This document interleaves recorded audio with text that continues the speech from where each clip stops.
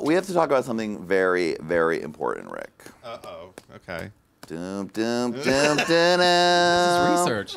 Thank you for being free. Do. Everybody else can just leave for a minute because... Rick, let's talk about the beautiful, gray-haired, cowl-necked elephant in the room. Let's talk about the slouchy bag, the hobo bag, the slouchy boot elephant in the room. You, at 24 years old, were a writer for the Golden Girls!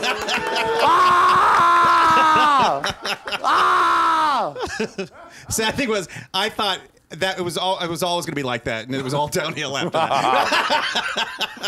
How did that happen? And please just give me a little bit of the slice of heaven that I'm imagining that it was. It was. I mean, you know, there were a lot of politics like any network show. But no, we got hired. I had a writing partner, David Goodman, who's now on Family Guy and doing very well. And we were out of New York. We were like writing scripts in New York, and it was during the writer's strike, and they sent a script we had done to Tony Thomas, this woman that we knew who had a contact. It was always who you know. Yeah. And he read it, and he called me up, and it was around my 20. I was still 23. I was turning 24 in like 3 days, and he goes, "Why don't we move you out here, you guys, if you're up for it?" And we're like, "Up for it," you know. And then it just snowballed from there. And then you like my first night in LA, I was at an Emmy party when they won. You know, B. Arthur won the Emmy, so I met her on my first day. It was crazy. Wow. And she must have been in a great mood because she just won the Emmy. Well, they were all real nice, and Rue was my favorite because she was the party girl at the 100th episode party, and we danced. And two gay men had to carry B out though because she had a little too much of the sauce that night. That is the kind of stuff that I want to know. That was my favorite. That was my favorite. Oh, I have a B. Arthur story. I don't know. Well, but she's gone, right? No. She'd appreciate it. She, you know, she never drank show night or rehearsals, but you know, after or you know, she was done or before.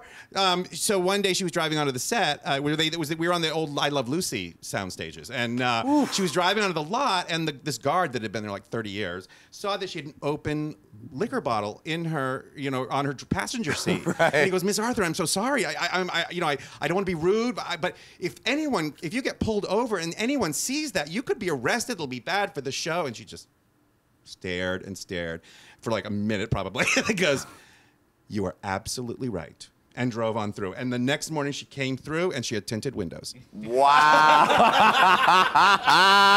Yes. Oh my God. That was her solution. Good call, B. Goes to B. Arthur. I love you. I still love you. I'm giving her the B. Arthur look right up to heaven. For more, hey Qween! Check us out on theStream.tv. Subscribe to us on YouTube and Daily Motion, and follow us on Twitter and Facebook.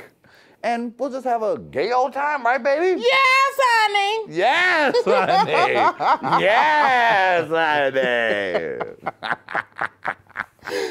Hey, Qween.